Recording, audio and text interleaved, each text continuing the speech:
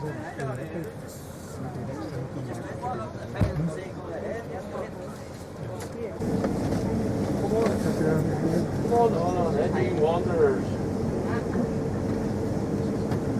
for ministers and churches and conventions. Garden centre farm. And I think I'm less reliant on sort of interventions such as restrictions.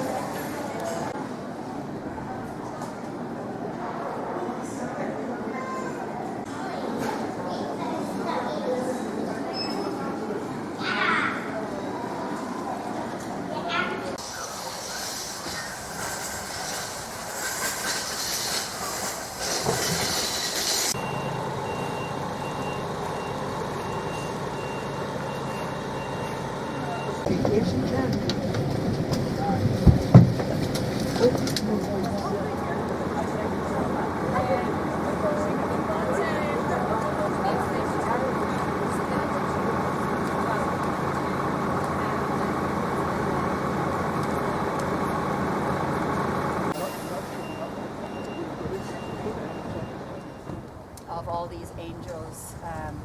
So about 100 years later, it happens to be that St. Columban founded a monastery here, but from here, some of the great people like St. Columbanus and St. Gall went off to Europe, and that Ireland is known as the...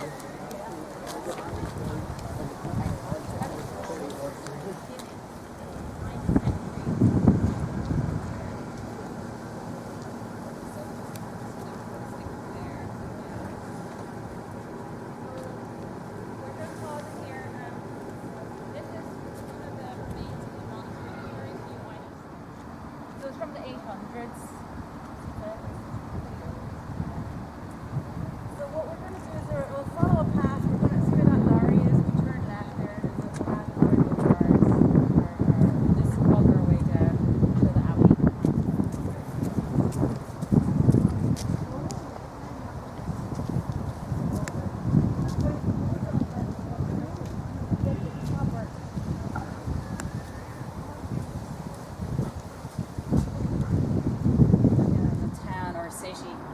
Where the monastery was founded by Columbanus. He went out to France, or Gaul as it was, with Columbanus and Gall, St. Gall, who founded St. Gallen in Switzerland. So I've taken groups from here out in the footsteps here to the 12th century, to the Normans, who kind of said, what the heck are you doing? You could be building in stone and it lasts longer. They also had money and the engineering to build that. So everything really that's built in Ireland in stone is mostly from the 12th century.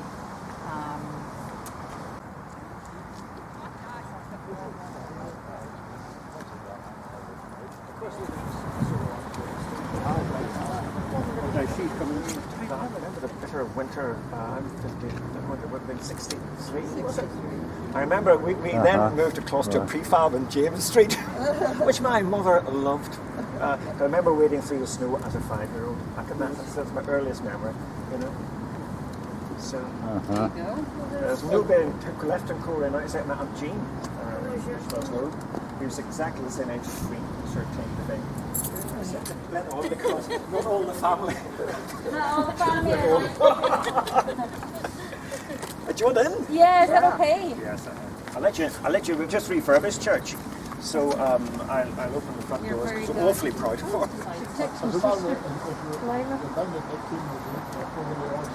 So yeah, that's a good question. It became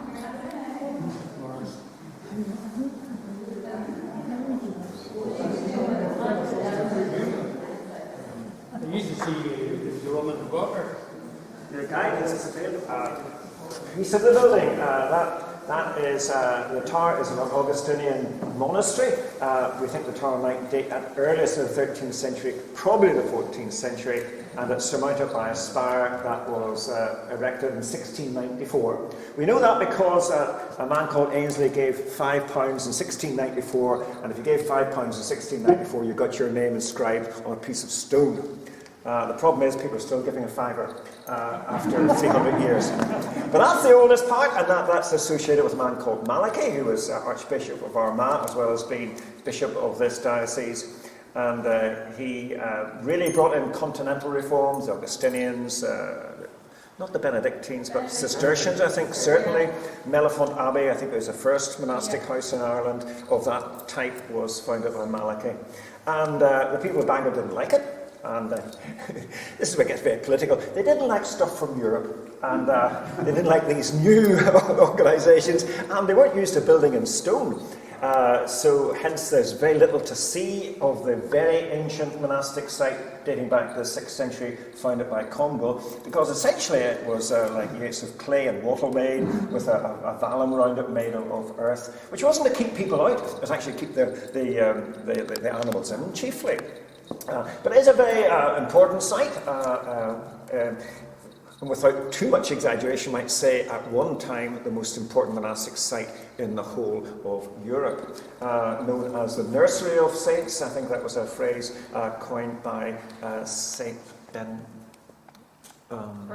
Bernard. This painting, which either you love or you don't love, and there's not much in between, is of Christ ascending, speaking to the three saints chiefly associated with this place, Congal, Columbanus, and Gall. Congal, the founder, brought up near Larne, and then the great missionary saints, particularly Columbanus, who travelled from here across to France, to Austria, to Germany, to Switzerland, thrown out because he fell out with the king's mother-in-law, expelled, shipwrecked, walked back across France and eventually up the Rhine, and in his later 70s founded his last monastery in Bobbio, which is just southwest of Milan, or southeast of Milan. So we get lots of visitors from all over Europe coming to acknowledge their founder member, as it were.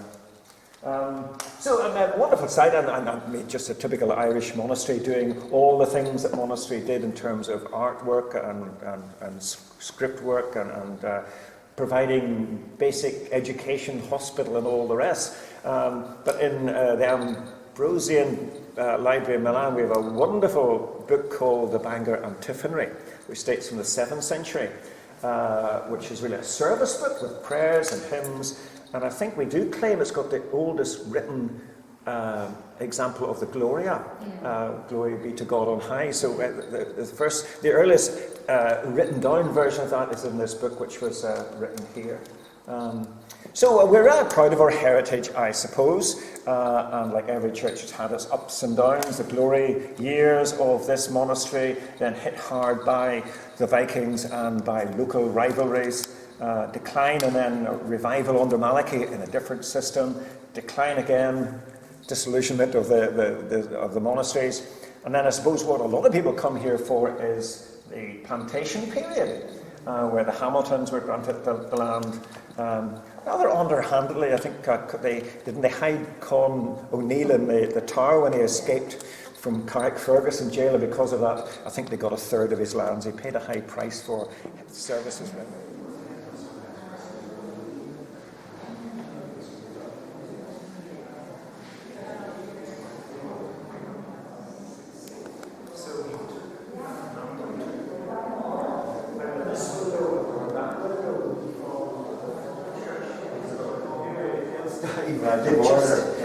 There's a border, and they've just then added that. But you can see the improvement in family fortunes, because here they've just got this, and you go across here, they've been upgraded to a title, and you can tell the age of the stones if there's writings sitting up that are obviously older than writings. But the graveyard is full of about 1,700 graves. Inscriptions are wonderful. Poetry and tragedy, children's deaths, and all enduring. And the kind of legible are mostly very difficult to read. They are, and the problem is we are now losing them. The slate is cracking. Every We year. were one there, a man called Archibald Wilson, who was hanged during the 98 rebellion. He was a Presbyterian.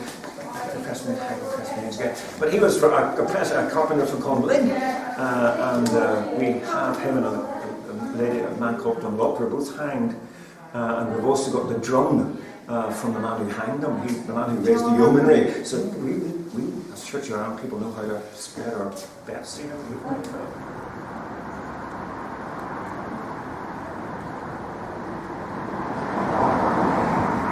Alright, so welcome everybody. My name is Leanne. I'm going to take you on a tour of the museum. You've up into the Abbey. You had a nice look around.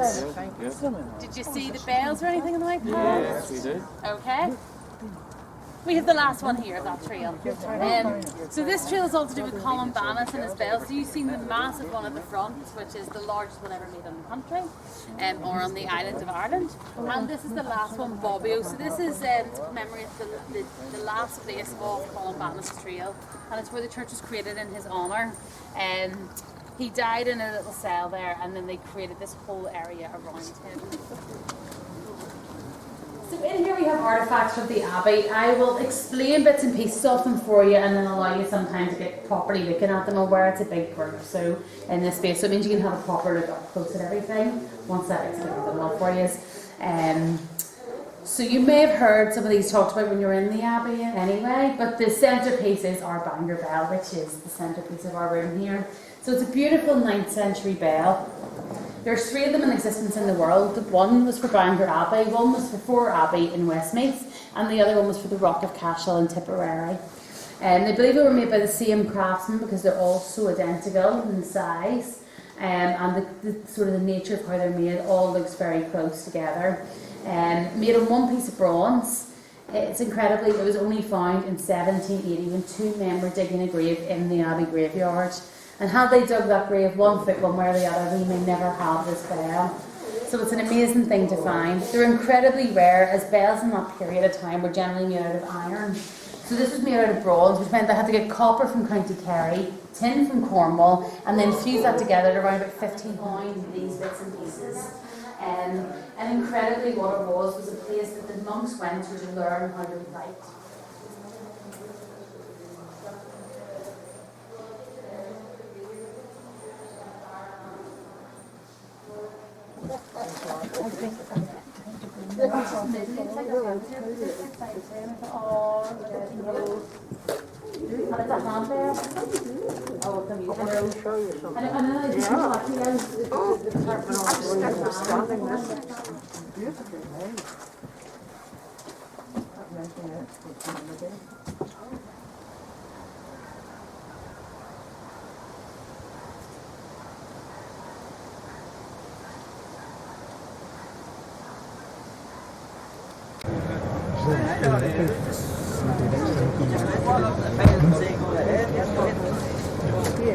Everybody on?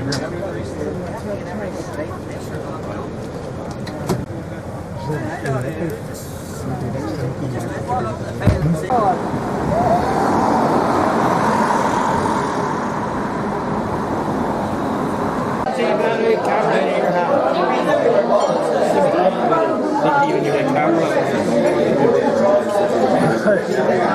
Hang on.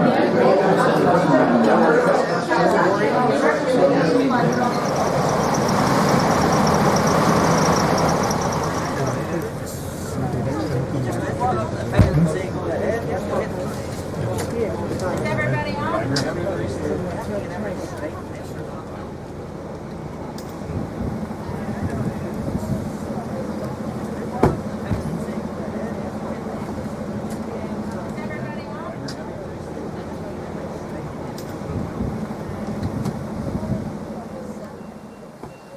Do you want a hand? I'll take you up where you like.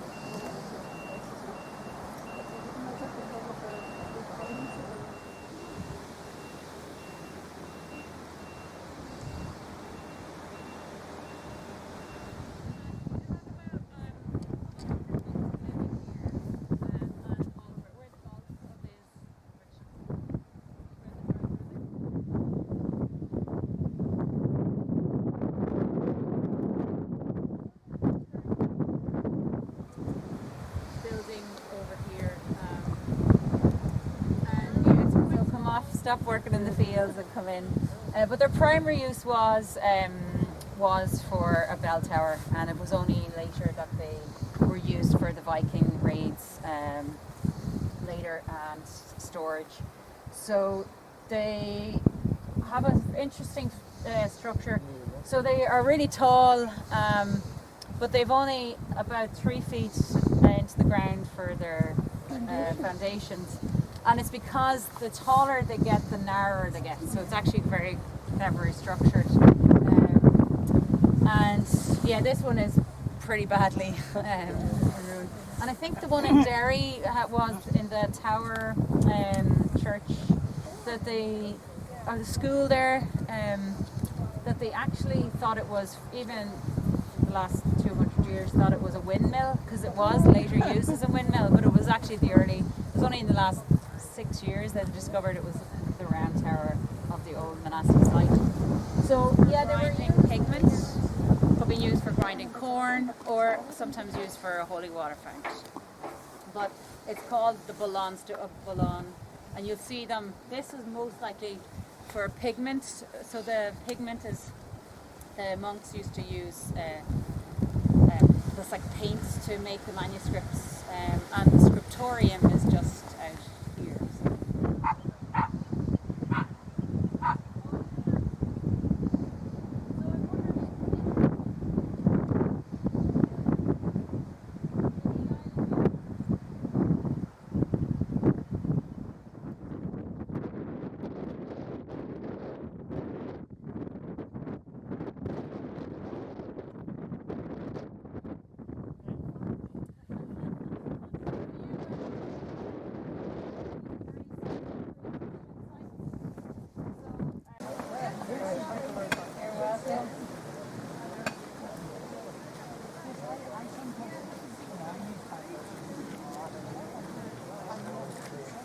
For the Untitled